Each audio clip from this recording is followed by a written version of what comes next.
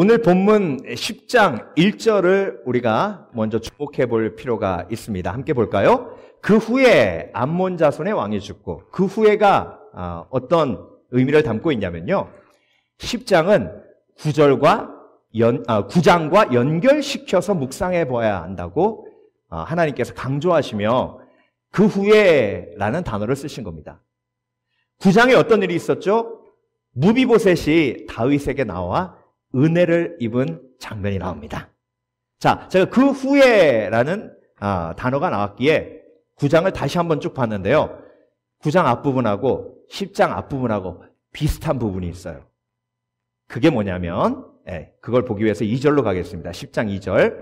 다윗이 이르되 내가 나하스의 아들 한운에게 은총을 베풀되 그의 아버지가 내게 은총을 베푼 것 같이 하리라. 자, 은총이란 단어가 나와요.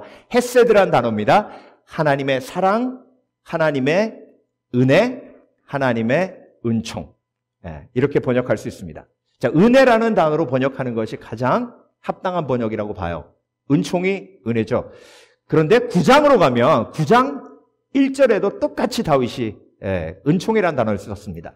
다윗이 이르되 사울의 집에 아직도 남은 사람이 있느냐?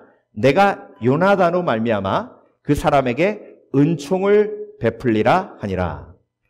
자, 여러분, 그 후에라는 단어로 9장과 10장을 연결해서 묵상하게 하시는 하나님께서 은총이라는 단어로 저와 여러분에게 큰 대조의 계시를 주고 계십니다.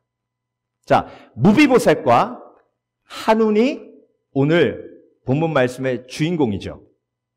한운은 모압의 왕입니다. 나하스의 아들이고요. 나하스가 죽은 다음에 한운이 왕이 된 겁니다.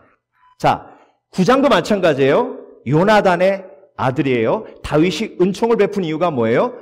요나단의 아들이기 때문에, 언약의 아들이기 때문에 무비보셋에게 은총을 베풀었고요. 나하스의 아들이기 때문에 한운에게 은총을 베풀었습니다.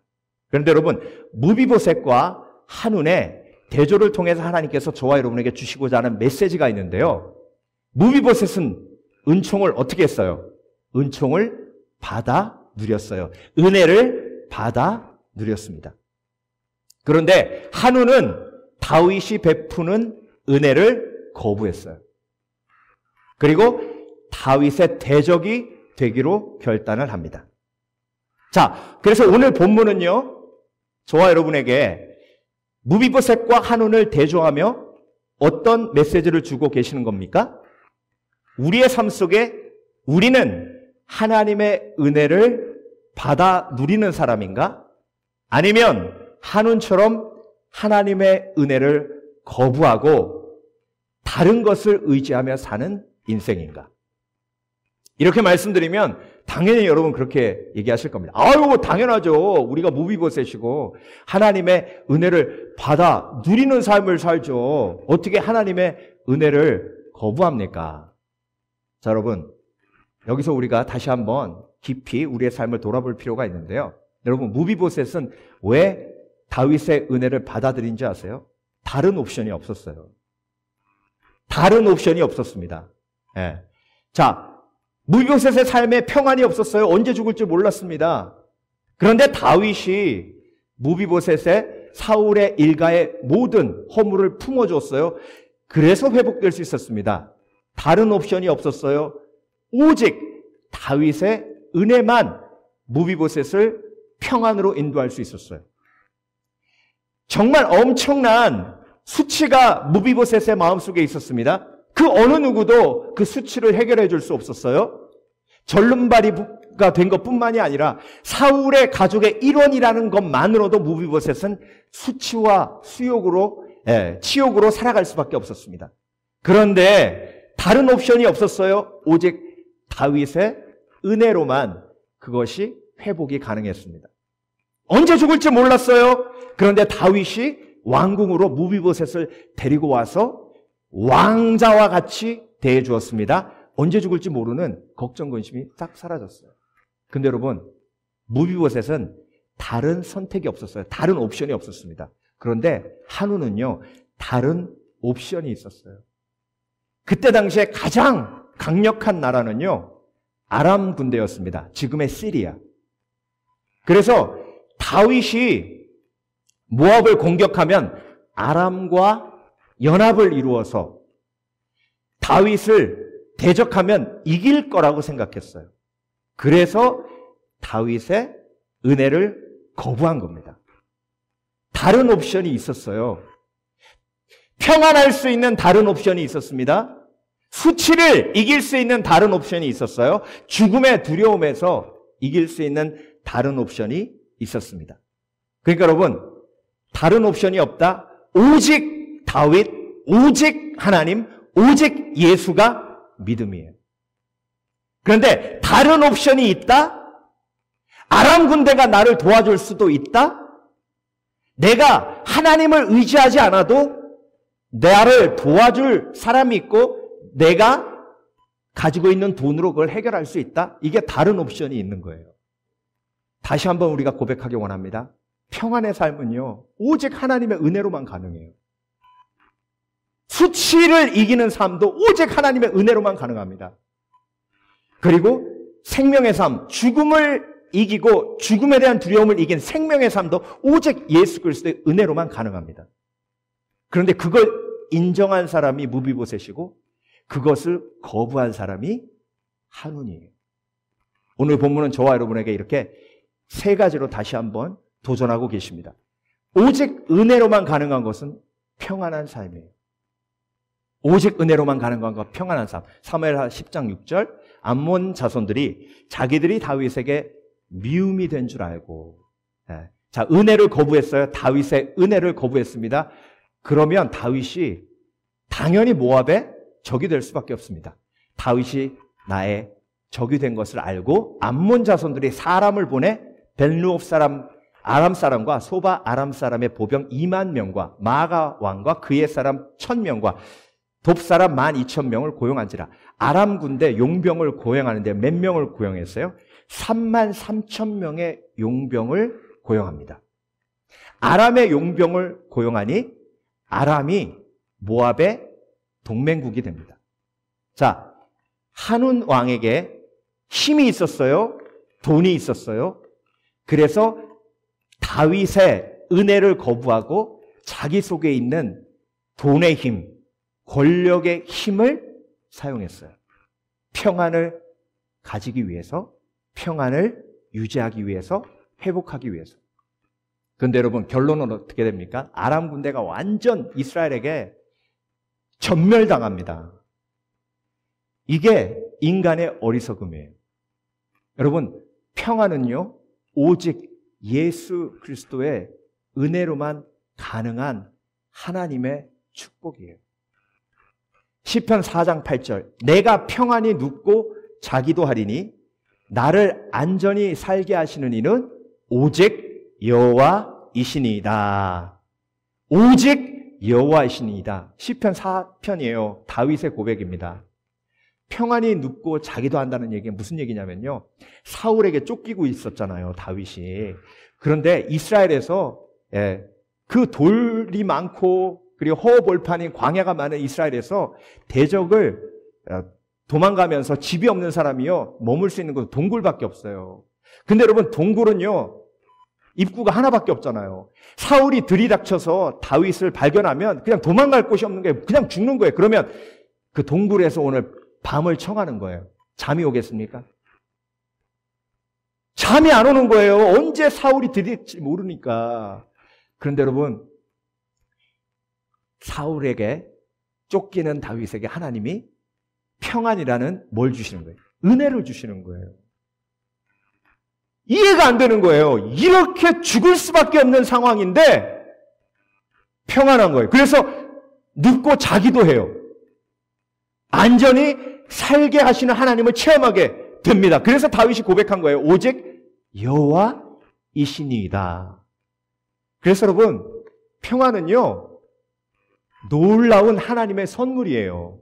이해가 되지 않습니다. 내가 이런 상황에 평안할 수 있다는 게 기적이다라는 고백이 나오는 것이 평안이에요. 평안은 노력해서 얻는 게 아닙니다. 평안은 하나님이 우리의 불안하고 그리고 흔들리는 마음을 내려놓을 때에 만져주시는 하나님의 터치예요. 그래서 평안은 오직 은혜로만 가능한 것입니다. 갈라디아서 5장 22절. 오직 성령의 열매는, 그 앞에 어떤 단어가 붙어있죠? 오직 성령의 열매는 사랑과 희랑과 화평과 평안과 화평과 오래 참음과 자비와 양성과 충성과 온유와 절제니. 그래서 여러분, 성경은요, 평안은 오직 은혜로 가능한 거예요. 근데 여러분, 히브리어 한운이라는 단어의 의미가 뭐냐면 은혜를 받다, 이런 뜻이에요. 그러니까 여러분, 정말 아이러니한 거예요. 하나님은 정말 놀라운 계획을 가지시고 성경을 쓰신 거예요. 그러니까 한우는 은혜를 받다라는 이름을 가지고도 은혜를 누리지 못했어요.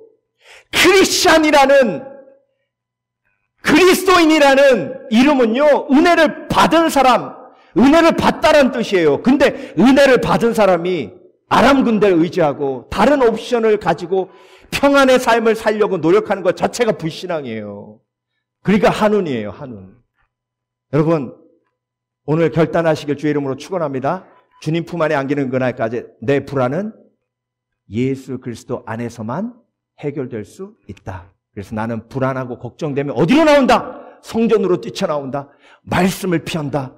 그리고 골방으로 들어가 하나님 앞에 기도하여 하나님께 아랜다. 절대로 아람 군대를 의지하지 아니하고 아람 군대를 찾지 아니한다. 두 번째, 오직 은혜로만 가능한 것은 부끄럽지 않은 삶. 부끄럽지 않은 삶이 되는 건 오직 은혜로만 가능합니다. 오늘 본문 사무엘하 10장 5절, 사람들이 이 일을 다윗에게 알리니라. 그 사람들이 크게 부끄러워하므로 왕이 그들을 맞으러 보내 이르기를 너희는 수염이 자라기까지 여리고에서 머물다가 돌아오라 하니라. 자, 이 얘기가 무슨 얘기냐면요, 다윗이 한운 왕에게 은혜를 베풀기 위해서 다윗의 사신들을 보냅니다.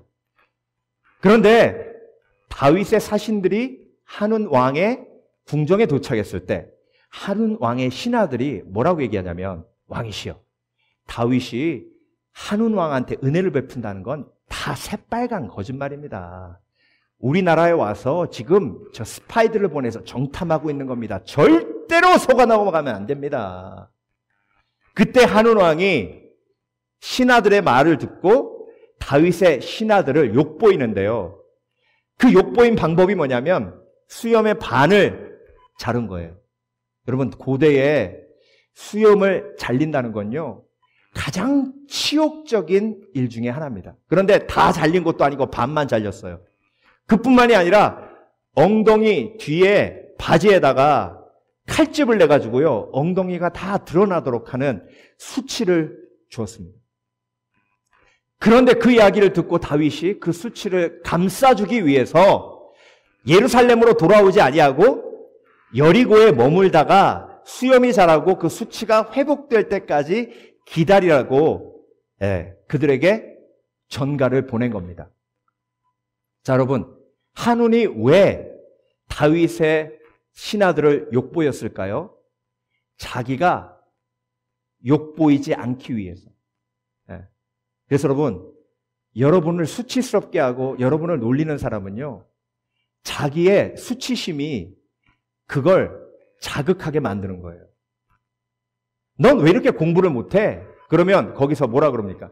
너는 왜 이렇게 머리가 입에 그렇게 항상 비난하는 말만 해? 이렇게 공격하는 거예요.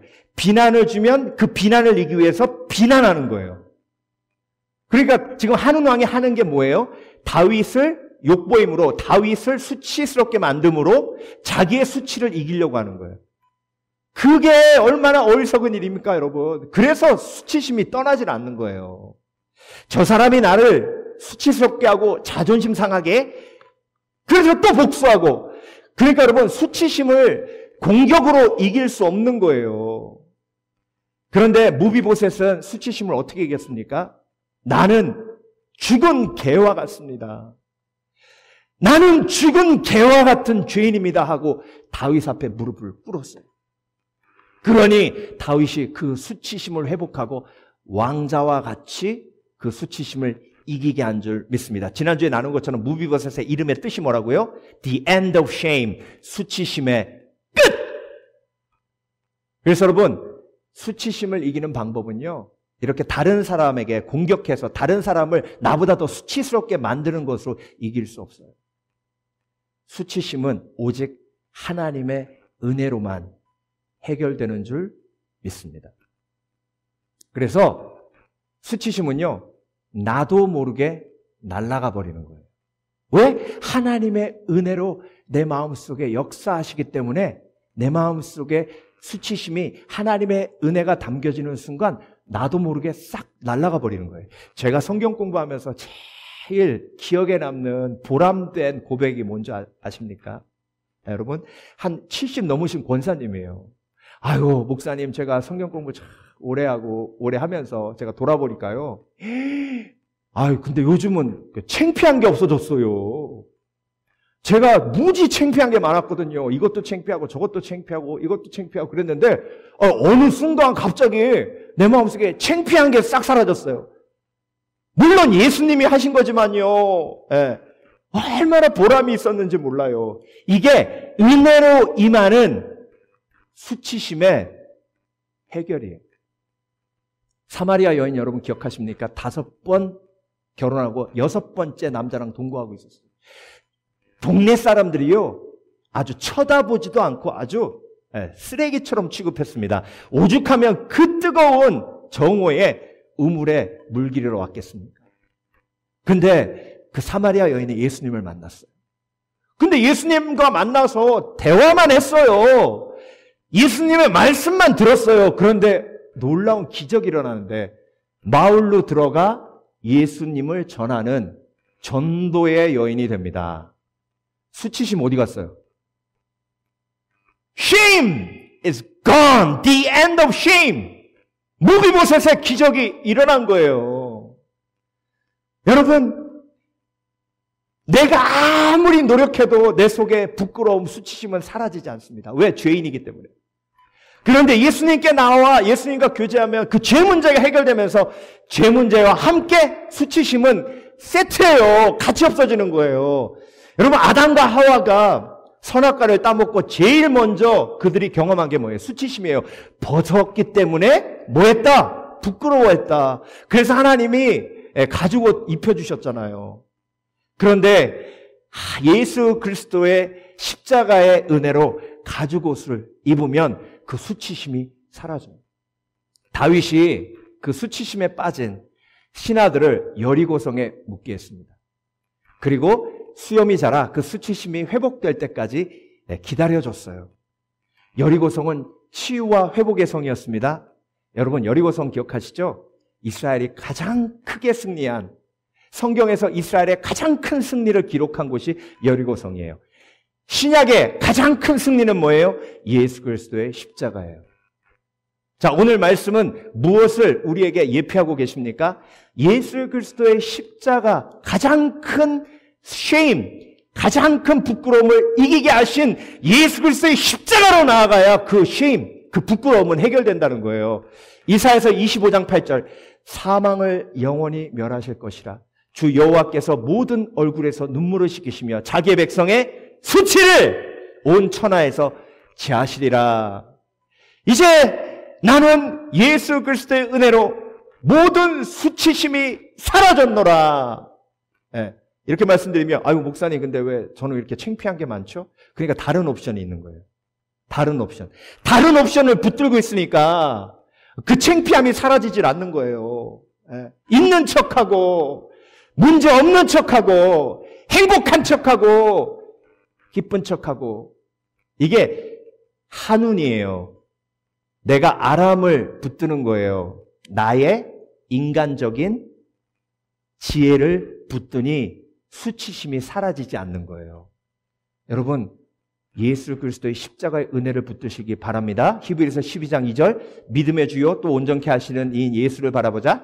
그는 그 앞에 있는 기쁨을 위하여 십자가를 참으사 부끄러움을 개의치 아니하시더니 하나님 보좌 우편에 앉으셨느니라. 왜 십자가의 치욕, 십자가의 부끄러움을 예수 그리스도께서 참으셨어요. 그 부끄러움이 저와 여러분의 부끄러움이기 때문에 그러신 거예요. 저와 여러분의 모든 부끄러움은 예수 그리스도가 십자가에 지시고 죽으신 줄 믿습니다. 그래서 그것을 믿으면 내 영혼의 부활이 일어나요. 수치심은 사라지고 the end of shame, 무비보셋의 은혜가 우리 가운데 임하는 줄 믿습니다. 수치심을 이기기 위해서 다윗의 사신들을 욕보인 한우는 전쟁에서 패함으로 영원한 수치심에 빠졌어요. 여러분, 오늘도 하나님의 은혜를 믿음으로 받아들이기를 원합니다. 다른 선택은 없어요. 하나님, 내 수치심이 사라지기 위해 하나님의 은혜를 붙듭니다. 부끄러움을 개의치 아니하시고 십자가를 참으신 예수 그리스도의 은혜를 내가 오늘도 붙듭니다. 부끄러움을 개의치 아니하시더니 하나님 보좌 우편에 앉으셨느니라. 마지막으로 오직 은혜로만 가능한 것, 무비보셋이 누렸던 오직 은혜로만 가능한 것, 한운이 누리지 못했던 오직 은혜로만 가능한 것, 생명의 삶이에요. 생명의 삶이 뭐냐면 죽음의 두려움을 이겨야 생명의 삶을 삽니다. 자, 죽음의 두려움을 이기지 못하면 살아있어도 그건 생명의 삶이 아니에요. 그건 죽음으로 가는 삶이에요. 죽음의 두려움을 이겨야 생명의 삶입니다. 여러분은 생명의 삶을 살고 계십니까? 자, 다시 한번 여쭤볼게요. 내가 살아있어도 죽음의 두려움을 이기지 못하면 그건 죽음으로 가는 삶이에요. 죽음의 두려움을 이겨야 살아있어도 생명의 삶을 살 수 있는 거예요. 자, 여러분, 한운이요, 죽음의 두려움으로 가득했어요. 그래서 그 두려움에 덜덜 떨다가 용병을 33,000명이나 샀잖아요. 아람 군대와 함께 연합해가지고 이스라엘을 싸워 이기려고 했죠. 뭐 하려고 한 겁니까? 살려고 그런 거 아니에요. 살려고. 그런데 살려고 그렇게 노력했는데 결국 어떻게 됐어요? 다 죽었어요. 사무엘하 10장 18절. 아람 사람이 이스라엘 앞에서 도망한지라 다윗이 아람 병거 700대와 마병 4만 명을 뭐하고? 죽이고 또 그 군사령관 소박을 침해 거기서 뭐하니라? 죽으니라. 그래서 여러분, 내 삶에 왜 평안과 기쁨이 없는지 아세요? 죽음의 두려움을 이기지 못해서 그래요. 너무 다른 옵션이 많아요. 어떤 옵션이 많냐면, 그래도 나는 돈 좀 모아놓은 거 있어. 내가 미국에 사는데 이 의료 시설이 얼마나 좋은데, 웬만한 병은 다 고쳐주겠지. 이게 아람 군대예요. 이렇게 죽음에 대한 두려움을 이기려고 하는 사람들이 너무나 많아요. 제일 일반적인 방법이 뭔지 아세요? 일반적인 다른 옵션? 아예 생각 안 하는 거. 죽음에 대해서 아무 생각 없이 사는 거. 그냥 먹고 놀자, 즐기자. 아이고 무슨 죽음이야. 그런데 여러분, 그렇게 잊어버리고 죽음을 무시하고 살다가 갑자기 이 팬데믹이 터졌네. 그러니까 오고 갈 데가 없는 거예요. 라디오 켜도 몇 명 죽었네. 거리에 나가도 막 전부 마스크 끼고 막 장갑 끼고 죽을까 두려워하고 병에 걸릴까 두려워하고 그러니 죽음에 대해서 잊어버릴 수가 없는 거예요. 여러분, 죽음에 대한 두려움은 오직 예수 그리스도의 은혜로만 이길 수 있는 줄 믿습니다. 무비보셋이 사울의 아들이므로 언제 죽을지 모르는 두려움에 빠져 있다가 다윗이 자기를 왕궁으로 데리고 간 다음에 그렇게 왕자처럼 대해주니 죽음의 공포가 싹 사라졌어요. 다윗의 은혜로 들어가니 내가 하나님의 자녀가 되니 그러니 죽음의 공포가 사라진 생명의 삶을 살게 되는 줄 믿습니다. 그래서 여러분, 인생의 퀄리티는요, 어떤 집에 사느냐가 아니에요. 인생의 퀄리티는 어떤 음식을 먹느냐가 아니에요. 인생의 퀄리티는 어떤 옷을 입고 사느냐가 아니에요. 인생의 퀄리티는 죽음에 대한 공포를 이기고 사느냐, 그렇지 않느냐에 있어요. 그게 인생의 퀄리티예요. 생명의 삶. 어떻게 생명의 삶을 죽음으로 가는 삶과 비교할 수 있습니까? 여러분에게 다시 한번 도전합니다. 생명의 삶을 사는 방법은 오직 예수 그리스도의 은혜를 의지하는 것 뿐입니다. 제가 오늘 말씀 준비하면서 제 인생의 가장 큰 깨달음을 갖게 한 순간이 생각났어요.